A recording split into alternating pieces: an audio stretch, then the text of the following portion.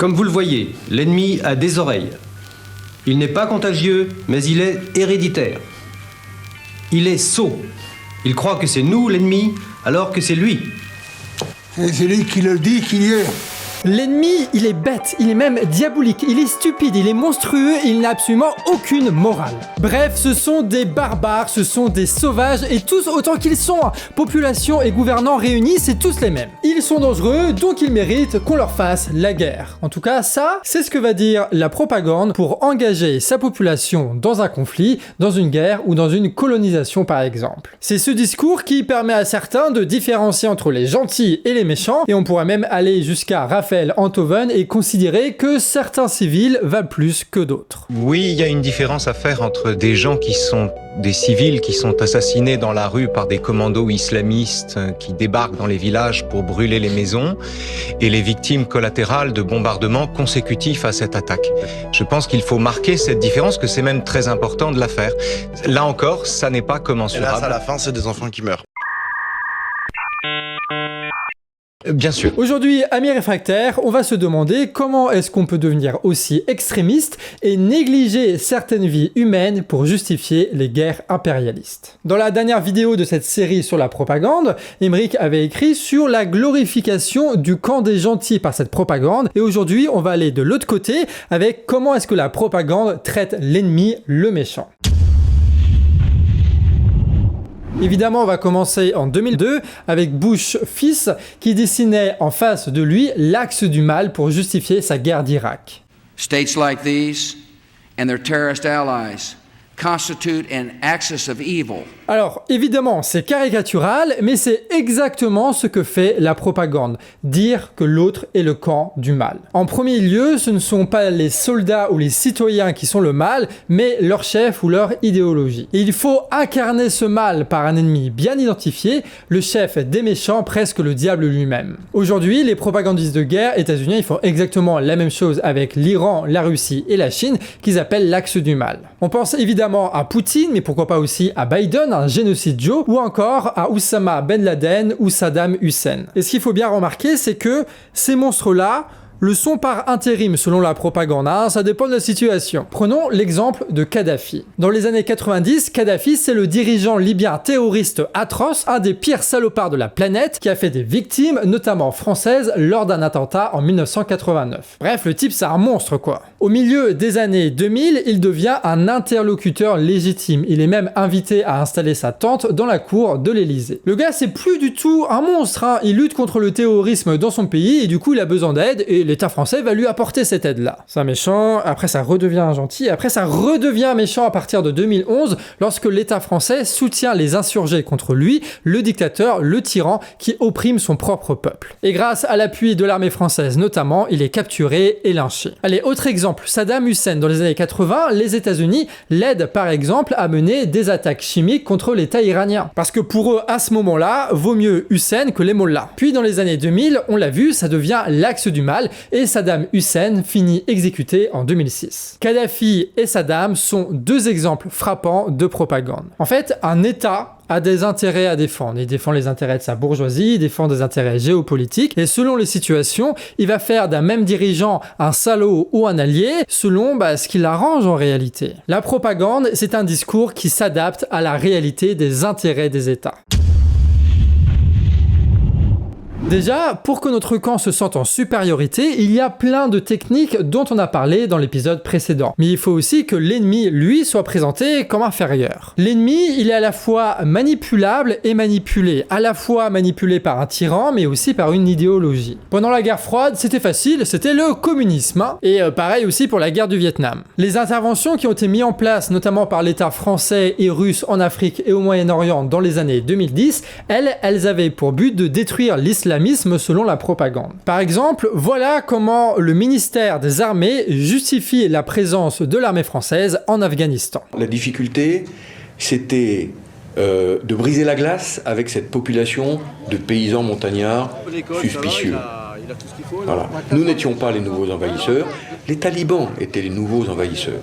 nous n'étions que de passage, nous étions une opportunité plus qu'une contrainte. Et là, évidemment, on camoufle les intérêts impérialistes, notamment celle de la sécurisation des voies commerciales et des ressources. Et cette propagande, elle va essayer aussi de vouloir justifier le fait de la guerre, oui, mais pour sauver les gens qui ne sont pas, eux, contaminés par cette idéologie. L'idée, c'est qu'on aide le faible, gentil, non contaminé pour défaire le fort, méchant, fanatique. En gros, c'est on aide David contre Goliath. Il y a aussi la dérision et les stéréotypes qui sont très utilisés par la propagande de guerre et la propagande coloniale, notamment les surnoms, les blagues, pour éloigner encore le fait que l'ennemi est un égal, un humain lui aussi. Et certains colons français en Kanaki, Nouvelle-Calédonie, eh ben c'est ce qu'ils font avec les Kanaks. Allez, bouge-toi le cul un peu.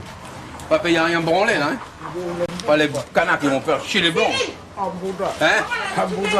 Allez, bouge-toi le cul, ça enculé. Pendant la guerre contre l'État nazi, les francophones appelaient les Allemands les Boches, avec beaucoup de mépris, les représentant comme laids, lâches et puérils. C'est de la dévalorisation qui peut même aller jusqu'à la déshumanisation et la déconsidération de la vie humaine. Et c'est ce qui se passe par exemple sur I24 News, la télévision d'État israélienne qui se propage en France, où on peut entendre ceci à propos des Palestiniens. Moi, je me fichais perdument des 2 millions de Gazaouis. Moi, ce qui m'importe aujourd'hui, c'est la vengeance des 1300 Israéliens, femmes, bébés, pères de famille qui ont été massacrés. C'est ça, c'est la vengeance d'abord d'Israël, relever la gloire d'Israël.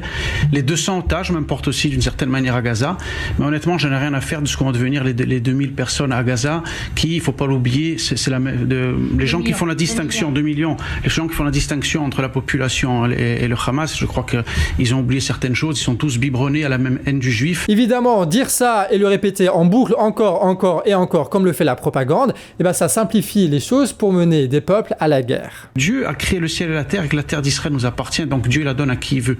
Donc si les États-Unis de Biden, si la communauté internationale, si l'Union européenne ne sont pas contents de notre réponse qui doit être impitoyable et si on va reprendre Gaza, ben tant pis pour eux. On ne doit pas se soucier ni des droits de l'homme, ni de la pensée progressiste, ni du mondialisme.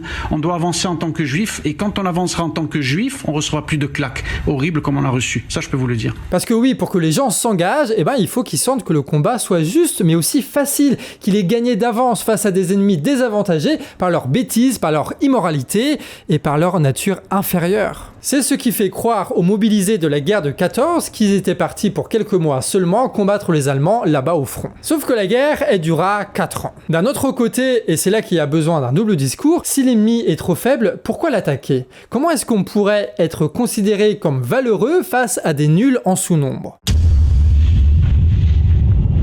Pour lancer vraiment l'attaque, il va falloir un élément déclencheur pour faire croire à des fautes morales inexcusables. Ça veut dire inventer des bobards plus ou moins faux, tu vois, ou les questions de mutilation d'enfants en bas âge, parce que ça permet tout de suite de mobiliser l'émotion des masses, d'éteindre la pensée et de justifier la guerre. C'est cette technique qui a été utilisée lors de la fameuse mise à mort de bébés par le Hamas le 7 octobre dans des fours décapités. Des dizaines de morts, décapités parfois, dans la localité de Kfar Hatsa, dont de nombreux bébés. On reverra dans quelques minutes l'émotion du journaliste d'I24, Maël Benolio, qui était sur place. Ce qui était totalement faux. Et c'est comme aussi les bonbons des Allemands lors des 2 guerres mondiales, qui étaient soi-disant empoisonnés pour tuer les jeunes enfants. L'idée, c'est d'avoir toujours une menace horrible à brandir pour justifier l'entrée en guerre. Et les bébés, ça marche bien, ça avait aussi bien marché pour une guerre d'Irak, avec l'affaire des couveuses. Sauf que l'administration états-unienne, ils avaient pas toujours des fausses histoires de bébés sous les bras, tu vois. Et du coup, pour l'une des autres entrées en guerre face à l'Irak, eh ben ils ont justifié ça avec de l'anthrax ou même des armes nucléaires. Pourtant, les deux camps commettent des crimes atroces et c'est toujours les populations qui en subissent les conséquences. Mais l'idée de la propagande, c'est de faire oublier ça pour que l'autre soit toujours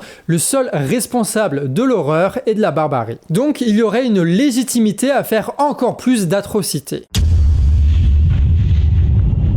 Et parfois, cette idéologie, elle s'est infiltrée dans une partie du peuple selon la propagande. C'est ce qui est prétendu pour que la voix critique de la guerre, les voix pacifistes, soient matées. Et ça, on en parlera dans le prochain épisode de cette série sur la propagande, avec les anti-France, tu sais, les terroristes et tous ces mots utilisés par la propagande pour que les personnes qui luttent contre la guerre et les massacres ne puissent pas les en empêcher. Et oui, dans le prochain épisode, on va parler des réfractaires. Et nous au Canard, on est réfractaires et on est surtout à flot grâce aux donateurs sur Tipeee qui nous donnent régulièrement des sous tous les mois. Alors si tu aimes nos vidéos et que tu veux soutenir un média de révolte qui n'est pas basé à Paris, pense à t'abonner et à nous donner quelques euros. Tout est évidemment en description avec les sources. Cette vidéo, elle a été écrite par Emeric et montée par Pixel. Sur ce, des bisous et à la prochaine.